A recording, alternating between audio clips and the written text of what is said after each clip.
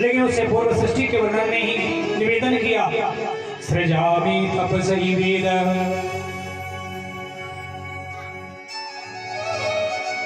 कश्यप और अदिति, कश्यप की दो पत्नियां हैं, दिति और अदिति। दिति के दो पुत्रों का वृतांत हिरण्याक्ष और हिरण्यकश्यप। आगे विस्तृत कथा सुनेंगे इनकी, यहाँ केवल वंश बताया है केवल। तो प्रेमियों, जो प्रसूति दक्ष को ब्याही गई है उनका चरित्र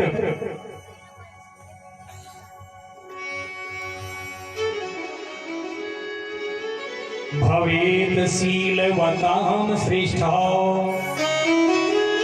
दक्षो दुहित्रवत्सलः विद्वेषेतमकरोत् कस्मात् धृत्या आत्मजां सती।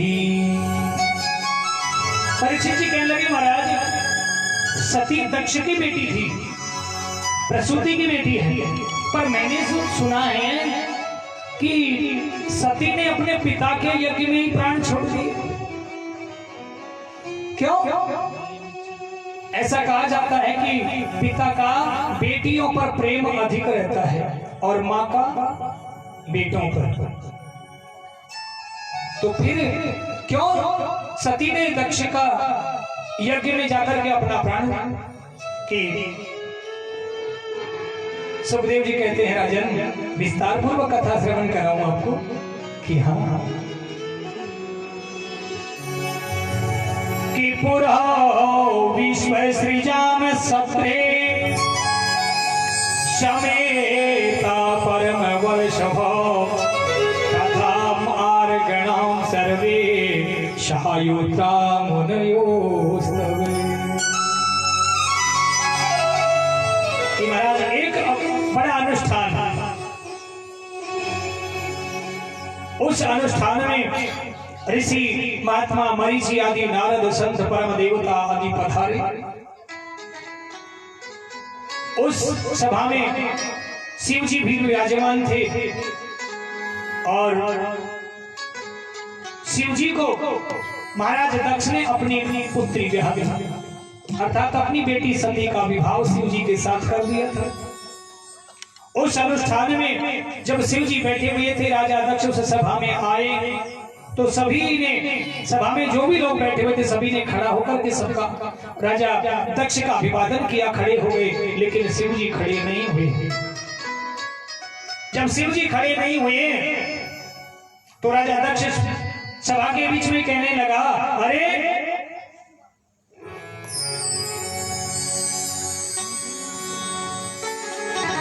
देखो तो सही, ये शिव जी जिसको मैंने अपनी सुलोचना सुंदर सुकन्या सुशील मेरी बेटी इसको ब्याह दी, और ये बंदर किसी शकल वाला शमशानवासी भूत आदि के संग में रहने वाला, इसको बिल्कुल भी लज्जा नहीं है और इसने आज मेरा अपमान कर दिया भरी सभा के बीच में। तो प्रेमियों, भगवान शंकर को बड़ा अपमानित किया राजा दक्ष ने। भगवान शंकर ने सब कुछ सहन कर लिया, कुछ नहीं बोले। सुखदेव जी कहते, राजन परीक्षित इतना तक कह दिया कि आज के बाद शंकर को कोई स्थान नहीं देगा, इसको कोई नहीं बुलाएगा।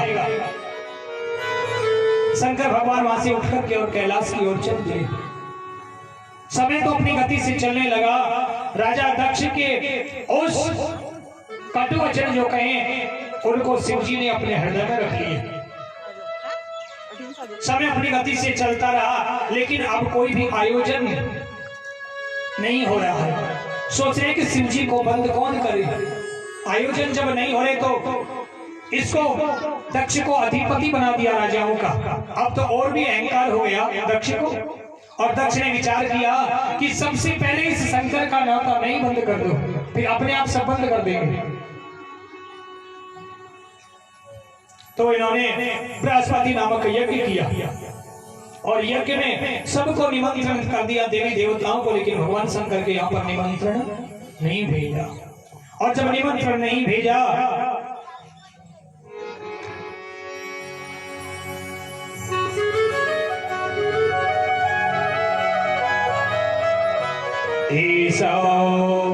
गृहीत्वा मृगशावस्य पाणिमर्कटलोचना प्रत्युत्थानं भिवादर्हि वाचाप्याकृतिनोचितम्। राजा ने निमंत्रण जब बंद कर दिया तो यज्ञ का जब समय नजदीक आ गया, अब तो देवता तैयारी करने लगे और यज्ञ में प्रस्थान कर रहे हैं।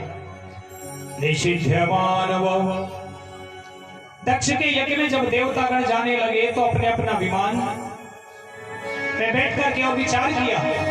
देवताओं को भी पता तो था ही कि दक्ष के यहाँ पर शिव जी नहीं पहुंचेंगे। अब प्रेमियों, कुचाली लोग होते हैं, कुछ चाल जानते हो ना। चाल तो ठीक है, लेकिन कुचाल चलना अच्छी बात नहीं है। चाहे पड़ोसी हो, कॉलोनी वासी हो, चाहे दूर के हो, चाहे रिश्तेदार हो, कुचाल नहीं चलनी चाहिए। लेकिन कई होते हैं, मान लीजिए आपका कोने के प्लॉट से निमंत्रण आ गया, लेकिन उसके निमंत्रण बगल वाले कोई नहीं दिया।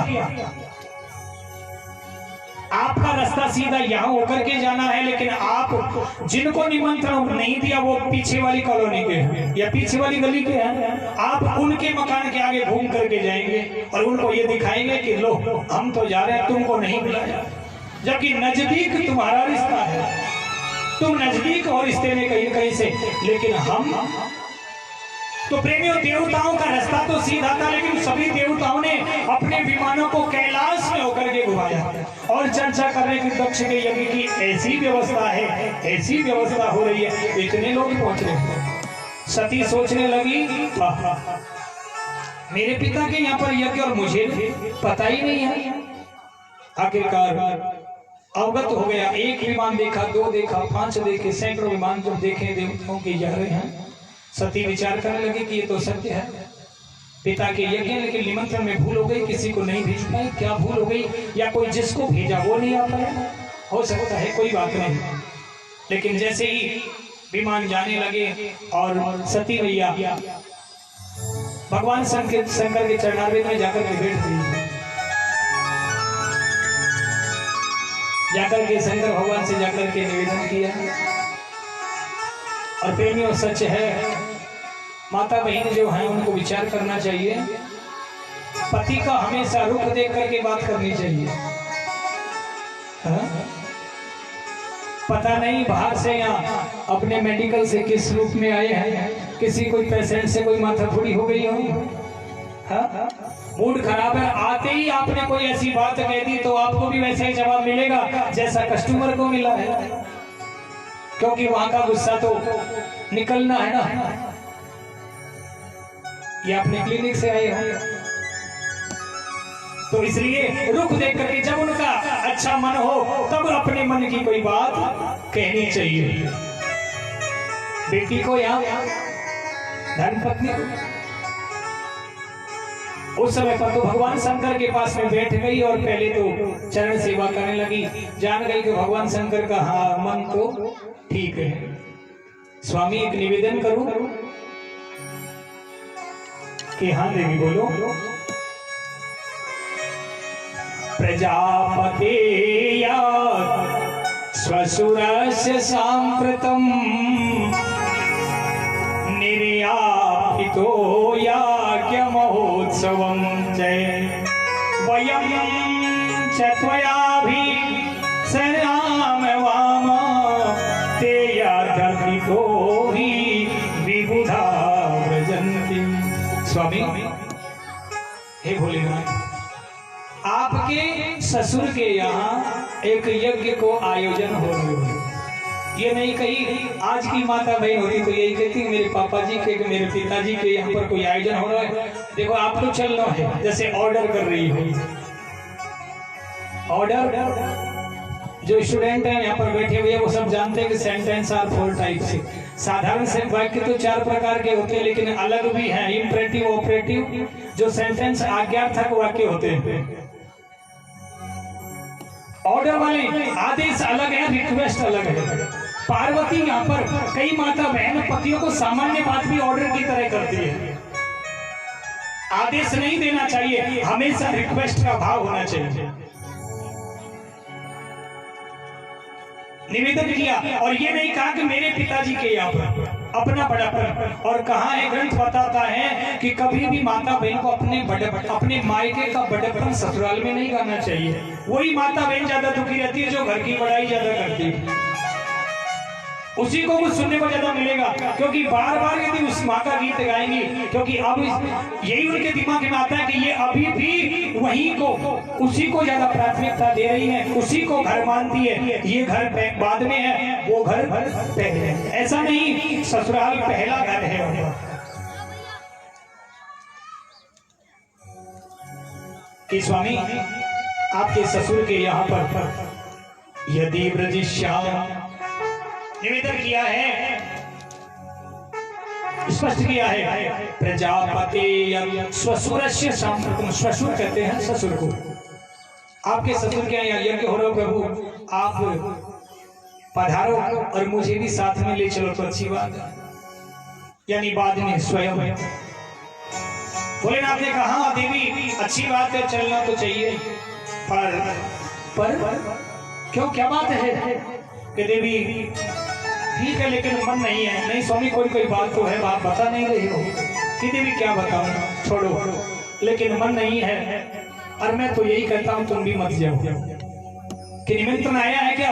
कि स्वामी निमंत्रण में तो भूल भी हो सकती है, लेकिन चलना तो चाहिए, आपके पिता तुल्य हैं। वो देवी सब है लेकिन मेरा मन नहीं है। कि मन क्यों नहीं है आपका, मैं यही तो जानना चाहती हूँ।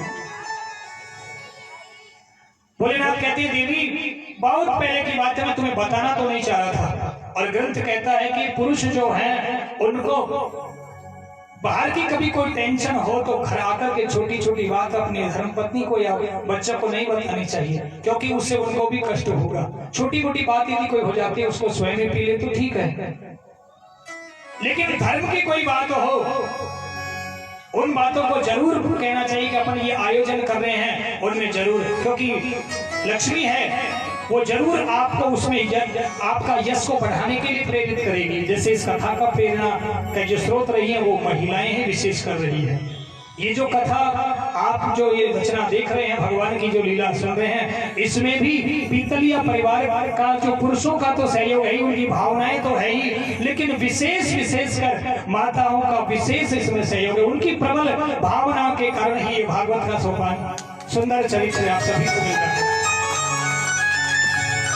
उनकी विशेष भावना थी, क्योंकि प्रेमियों भक्ति होती है वो स्त्री स्वरूपा है, और जब भक्ति जागृत हो जाती है तो सुंदर स्वरूप बन जाता है। और भक्ति जब हो जाती है तो भगवान को तो आना पड़ता है। तो कहा, भोलेनाथ कहने लगे, देवी मन नहीं है। कि देवी मैंने वो बात तुमसे नहीं कही, और इसीलिए नहीं कही, क्या बताऊं, एक बार एक सभा, एक अनुष्ठान में तुम्हारे पिता का आगमन हुआ, सारी बात बताई। और उन्होंने जब आए तो मैं खड़ा नहीं हुआ, मैंने उनका अभिवादन नहीं किया, और उन्होंने भला बुरा मुझसे कहा, और इसीलिए हमारे न्योता नहीं दिया है। तो सती कहने लगी, ये तो आपकी भूल है, आपके ससुर हैं और ससुर का स्थान पिता के समान है, आपने बड़ी भूल करी। भगवान भोलेनाथ कहने लगे, देवी वो बात तो सच है, लेकिन मैं मेरे इष्ट के ध्यान में मग्न था। भगवान शिव का उस समय पर राम नाम का जप चल रहा था। जब कहीं पर बैठते थे तो स्मरण चलता रहता था। मैं मेरे जप में लीन था, मुझे पता ही नहीं तुम कब तुम्हारे पिता आए, लेकिन आते उन्होंने तो अपनी वाणी रूपी जो वर्षा है उसका प्रहार कर दिया मेरे ऊपर, मुझे अवसर ही नहीं दिया मैं उनको कुछ कह पाता। उससे पहले तो उन्होंने मुझे जैसे बहिष्कृत कर दिया। अब बताओ, मैं वहां से उठ करके आ गया। बस देवी, अब इसीलिए मेरा मन नहीं है। मैं तो आपसे भी यही कहता हूं कि आप भी मत जाओ। बार बार निवेदन कर रहे हैं। गुरु बुलाई मत जाए, सहे बिना बुलाई मत जाए, मान तेरो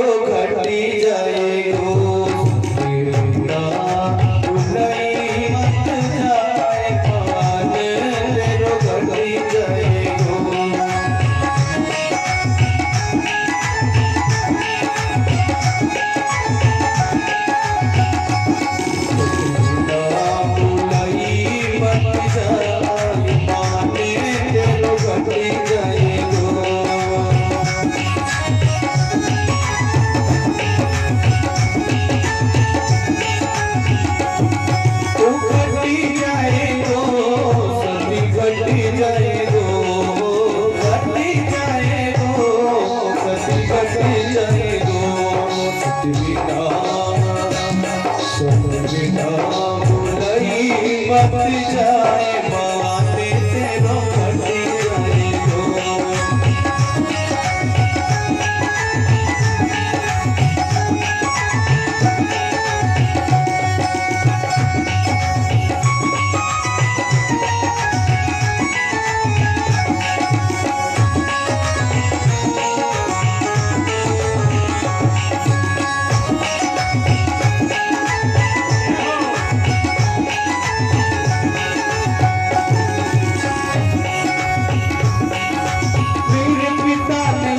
रक्षायो बाको देखन जमोरा बाको देखन जमोरा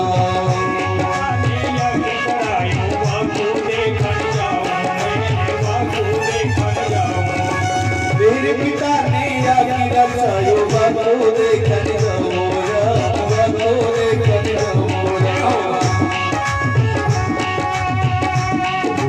मन मत लाए माने तेरो घटी जाए लो। सब बिना बुलाई मत जाए माने तेरो घटी जाए लो।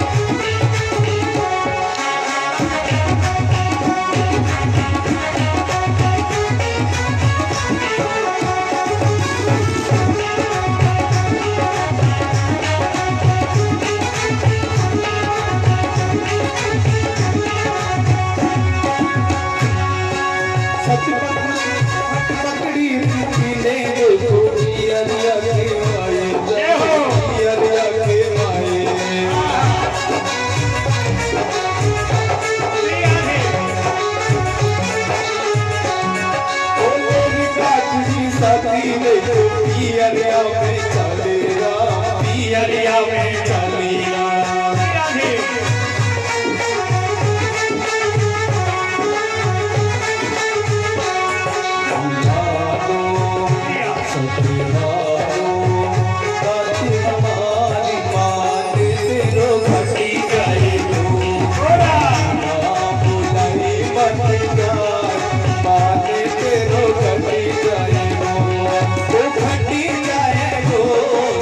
घटी जाए गो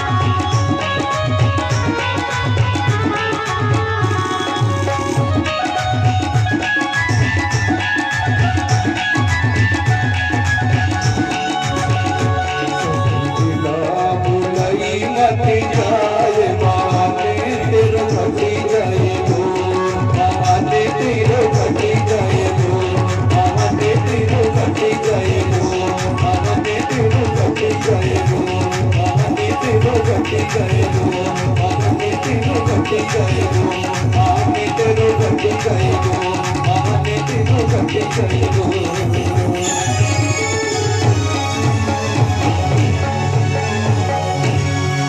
बोली शंकर भगवान की।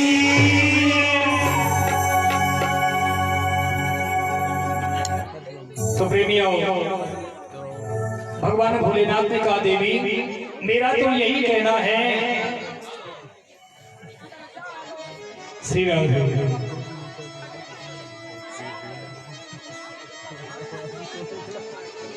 देवी मेरा तो यही कहना है कि